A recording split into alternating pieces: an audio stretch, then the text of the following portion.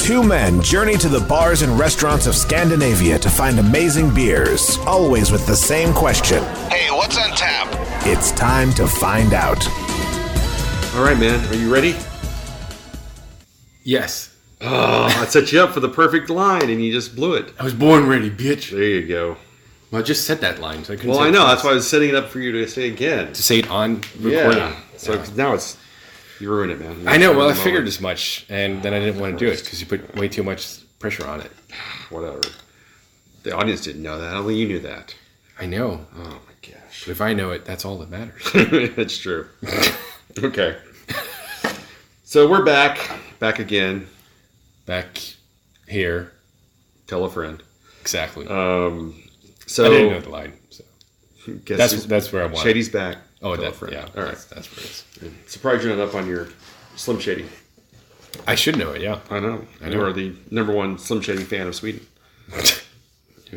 You're wearing his t-shirt right now. Some say. And the boxers with his face on them are quite disturbing. I wish you Exactly. put on pants.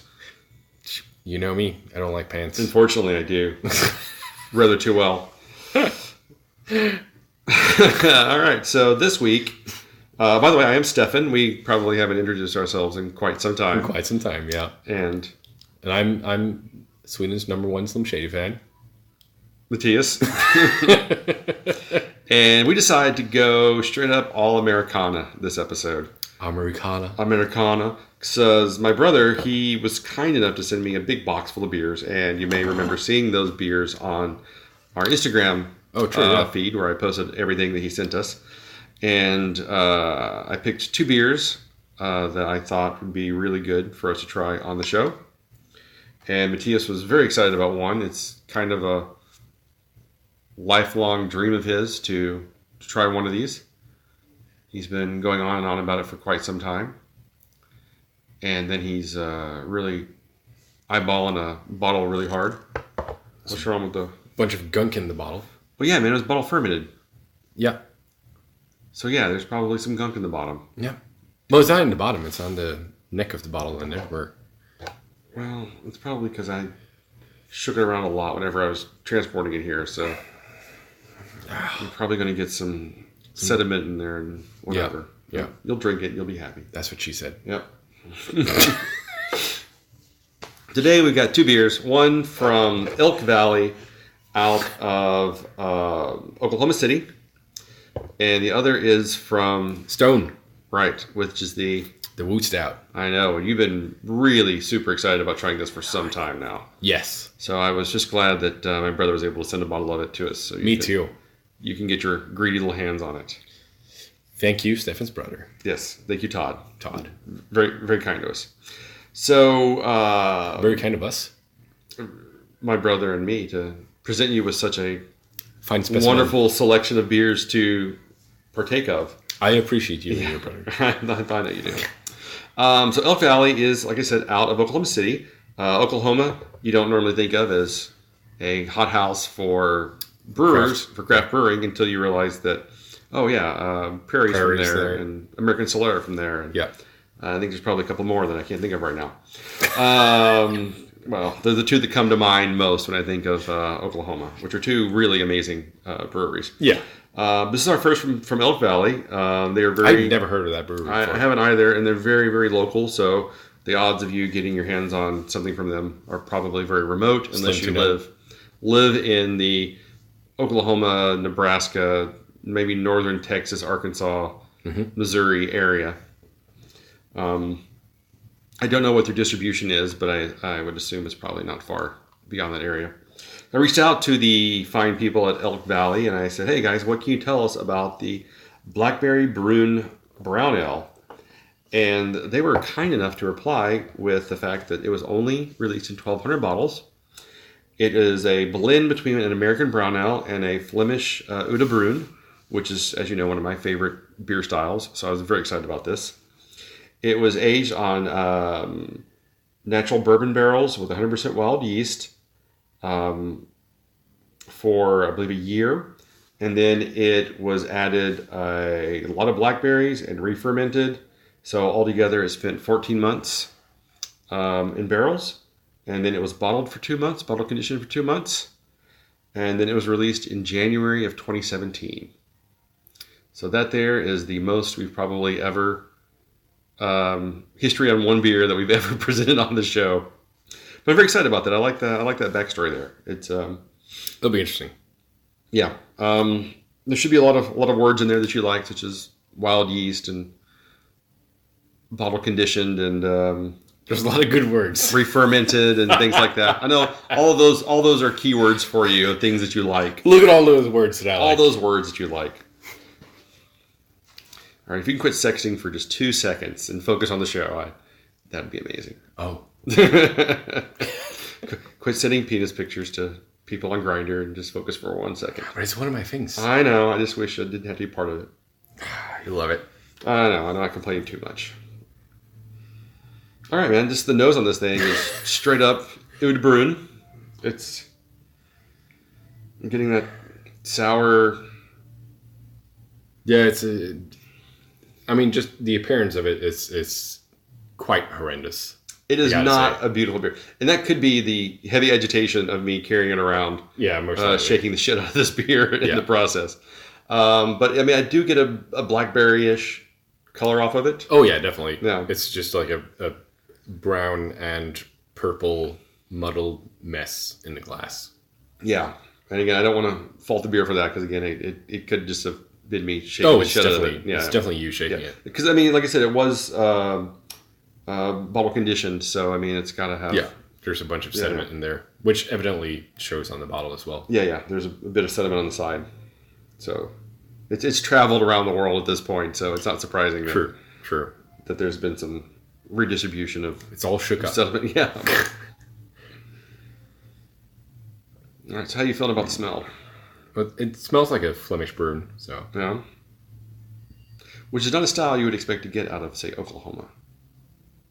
Well, I mean, with American Solera being there now as well, Yeah. having them started up, I mean, they're basically just doing sours.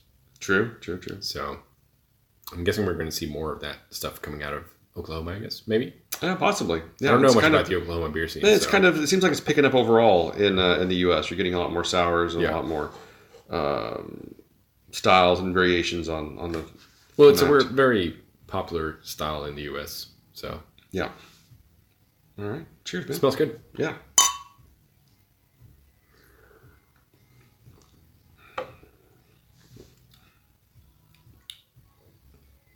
What was that? Look in your face was like it just kind of caught you in the back of the throat. It did. Really? It was like that really... It was like a sudden hit of really heavy sourness to it. But then it just kind of mellowed out. Yeah. The first sip was really kind of a bit of a kick to it. Yeah. But the second sip, I didn't quite get that same kick. It's quite weird. I mean, did they use a shit ton of fruit in this? Because it feels quite thick. He did not say how many tons of blackberries they used, but they said it was generous. I mean, the mouthfeel of it is incredibly heavy. Yeah, I know. It's not a thin beer. No. It's definitely not what you expect from a sour, a fruited sour. It's almost as thick as like an imperial stout. I would go more like I wouldn't go imperial stout. I would go more like maybe a milk stout or. I'll go there. You go there, man. I am there. It's not. I would say it's a step below maybe like a New England IPA with the richness. No, I think it's way heavier than that. But it's weird as well because I mean it's not. There was that sudden kick of sourness to it, but then it's just not very sour anymore. Yeah, I got the same thing. I got kind of a kick off of it. Yeah, much more than I was expecting. Yeah, but then subsequent tastes have not been sour at all. No, not at all. Pretty much. It's a weird beer, to be honest. It's odd. It is a bit unusual. I'll have to do that. I think if you're not into sours, this would be a good gateway sour. Oh yeah, I could see that. I mean, the smell of it is quite heavy on like the acetic acid side, but it's definitely not acetic in the taste. I think it's... I don't really get that much. I mean, you can get like a little bit of berries from it, but it's not heavily like berry flavored. Yeah, I don't get like a huge blackberry hit off of this. No. I get a jamminess to it, but not a distinct, like I couldn't place where it came from. No. There's like a slight acetic note to it, but it's not unpleasant. It's I think it's one of the weirdest sours that I've had. And I don't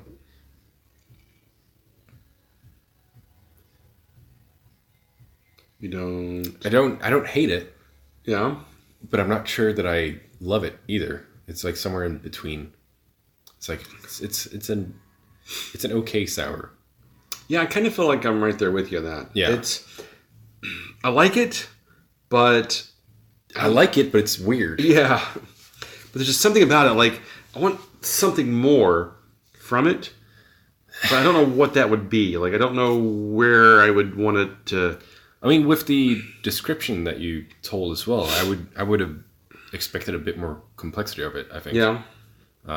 Which I'm not really getting. Yeah, I feel like it should be a little more lively. Yeah. I think that's what I'm not getting. It's not very carbonated either. I think that's what's killing it for me. Yeah. It's not as carbonated. I mean, when I agitate it a little bit, it froths up a little bit. It froths but up. It's not that much. Yeah, I mean, it gets some carbonation back in it. But yeah.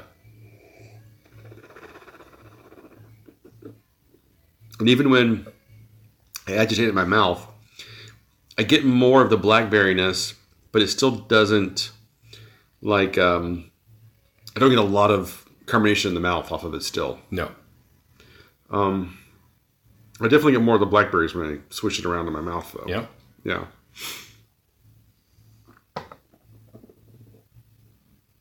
Yeah. I mean, definitely the blackberry comes through then. Yeah, it does. You get a lot more berry flavor there. Yeah. But it's still... It's too flat for a berry sour. For me. Yeah. I think that's the problem is the combination of the thickness of it. Yeah. With the lack of carbonation. Yeah. I think if it was a bit thinner with more carbonation, that would be... Well, I don't even mind the thickness of it if it had more carbonation. Yeah, maybe. But if it was thinner and it was this carbonation, I think it would work better. Yeah. So I think that's the difference that I'm getting. I think that's maybe the disconnect that exactly. That's what I was getting to as well. It when you hear Flemish brewing with blackberries, this is not really what you're expecting. Yeah. I mean that's where the disconnect is for me as well. It's not bad. It's just not what I was expecting. Yeah, and it's not something that blows me away either. It's a decent sour, I'd say. Yeah. And I don't know, I mean, I feel like this should be able to age pretty well. I mean, but at least with, a year. I mean, I don't think that's that probably wouldn't be a problem. Yeah, I mean, I don't think it's beyond where it should be. No, I don't think so either. But it's a little bit weird. No. I'm not too sold on it. You have a very stern look on your face. It's like I want to be mad at it. Yeah, like you're disappointed, like you're disapproving of. Exactly.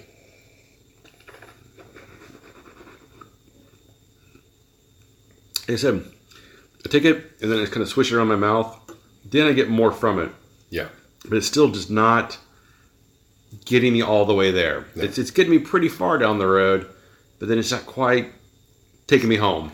I think that's where... delivering in the end. Yeah. Yeah. It's a weird sour. Yeah. Overall, though, I'm going to give it, I think, a 3.25. Yeah.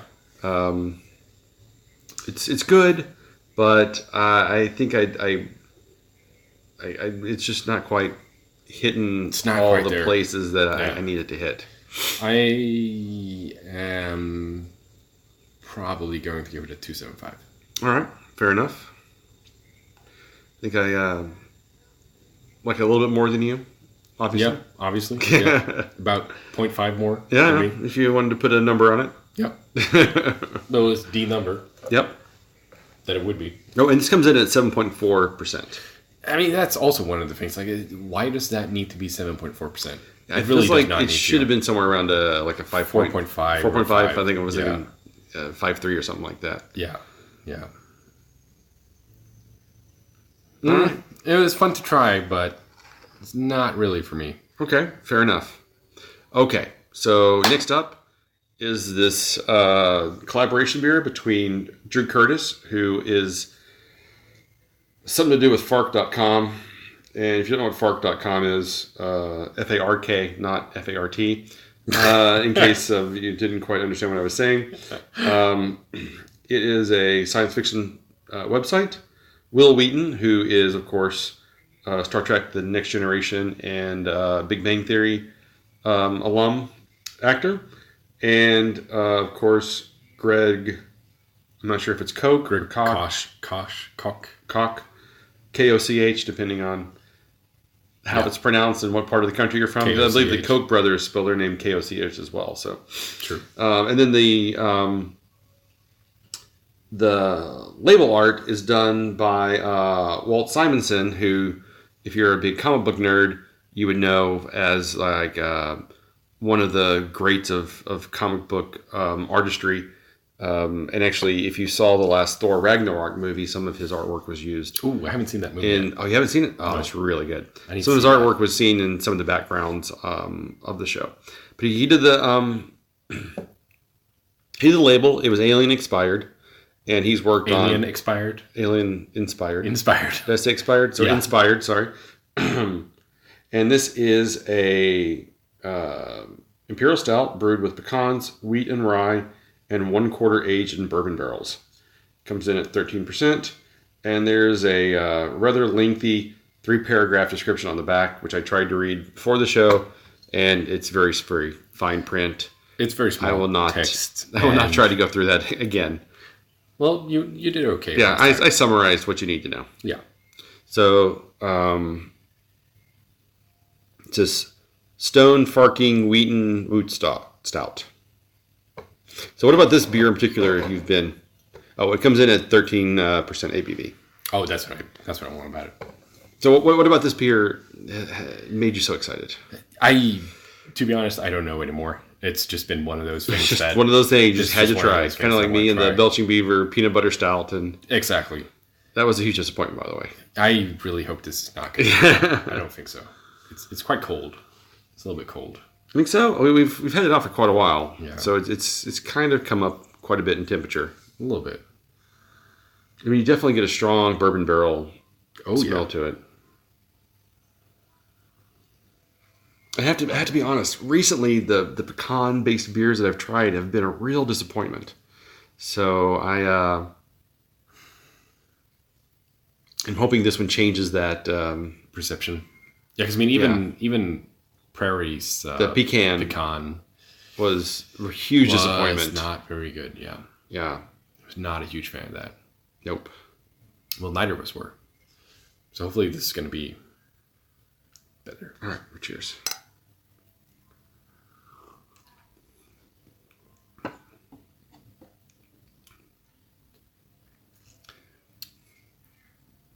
Well, what do you think?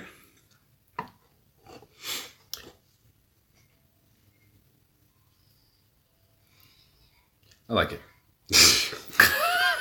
As always, man of many words. Man of many words.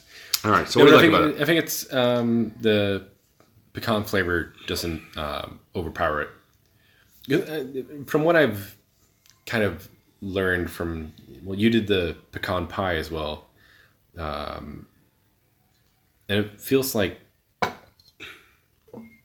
pecan is a quite heavy flavor. Mm-hmm. It really imparts a lot of flavor to stuff. Yeah. So when you overdo it, it becomes really cloying and overwhelming. And I think this has pretty good balance of the pecan flavors to the. It was bourbon barrel aged. 1/4 of it was apparently. Okay, yeah. Because you definitely get that. Yeah, off of you can definitely Kentucky get that. bourbon barrels. Exactly, you get that from the smell and taste of it. But I think the pecan flavors actually complements the barrel aging component quite well. Of course, now since I've been wanting to try it for so long, I've hyped it up in my mind way too far. Yeah, of course. So, but I still enjoy this quite a lot. I think it's really sweet. It is a bit on the sweet side. And you get a lot of raisin and toffee and dates off of it, which I can't say I've had off of a stout in quite a while.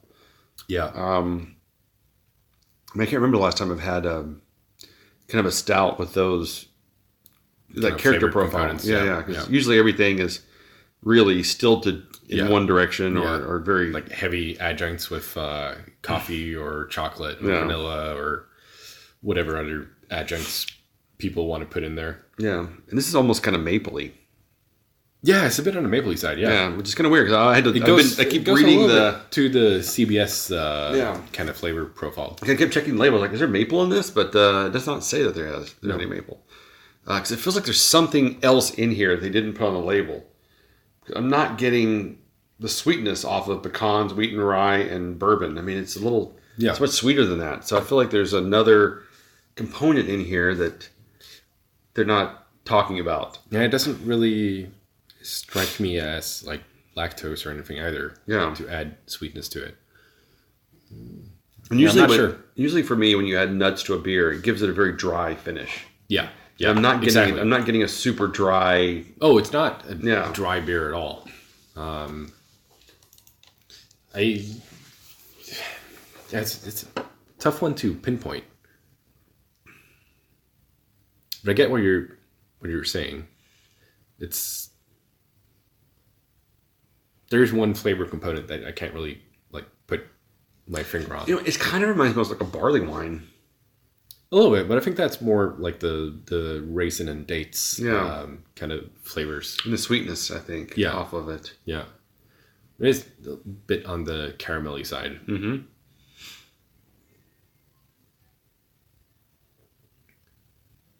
Yeah, I mean, if you would blindfold someone and serve this, I'm pretty sure a lot of people would say barley wine. I would definitely think barley wine off of this. Yeah. Over a stout. Because it doesn't have like the roasty components that I think that's what's missing from it is the roastiness of it. Yeah. Because like with the Rimalov, where you had like the roasted character complementing the coffee and the chocolate. Really nice. You don't get any roastiness at all from this.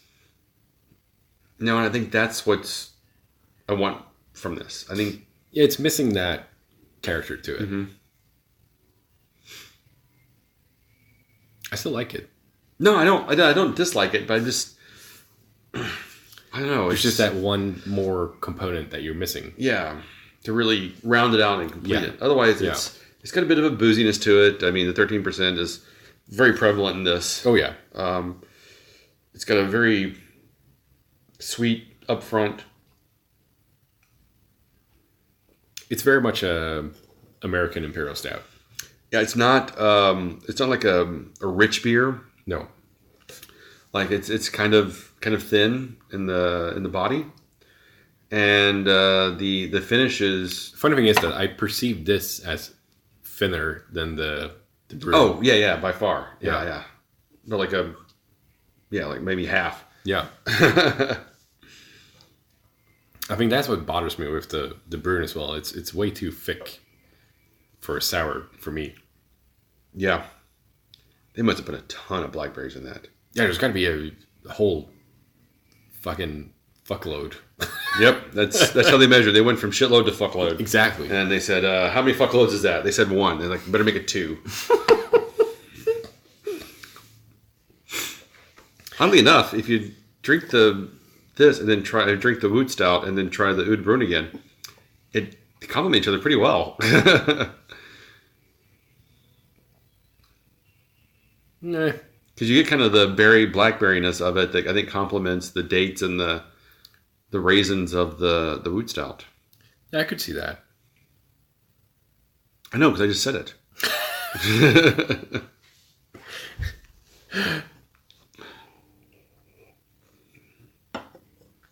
Well, I'm really glad I got to try it. Me too. I'm glad I could provide you with this opportunity. Thank you. All I right. appreciate it. So what do you give this fine beer beer that you've been clamoring for a long time. at least a year? Oh, at least like 2 years. At least 2 years. Maybe even 2.5. Maybe even 2.5. Well, I'm going to give it a solid 3.75. Yeah, I'm going to come in at 3.5. Yeah. Ironically, I kind of think this needs to age out a little bit. You think? Yeah, I think... I think the sweetness is going to overpower it if you age it too long. You think so? It might. All right. That's your professional opinion? It might. That Very well could be. That is possibility. Professional opinion, yes. Not saying it won't, but It could happen. Could happen. That's why I turn to you for your brewing knowledge. Oh, Jesus. Such a good asset to the show. I know. You're bringing a lot today. As with every episode. Exactly. Okay. Just a man full of wisdom. You are full of something, all right. I'll give you that. Okay. So where can you find us online? Everywhere. You've been very helpful, as always. What's on tappodcast.com. Yes. Facebook. Yes. Instagram. Yes. Stitcher. For some reason, you really remember Stitcher. Yeah. I don't know why. Yeah. It's one of those first things. Spotify. I said iTunes. You just said iTunes. YouTube. YouTube, yes. Yes. I forget that one all the time. Instagram. Exactly. You should not forget YouTube. YouTube is actually doing really well for us. People are really tuning in on that. It's kind of crazy. Yeah. So we really appreciate that. It's funny. Like I'll go to this video platform and listen to noise.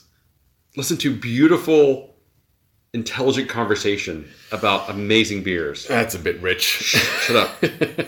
Look, man, we got to sell people on this. Act like you know what you're talking about for once. God. Pull back the curtain again. Every episode. Exactly. Oh, you're embarrassed. Well, we're telling it what it is, right? Or we're telling it like this. About the beers, not about our incompetence. That's different. Yeah, I never got that memo. All right, well, we got to work on that. All right, so until next time. Keep drinking.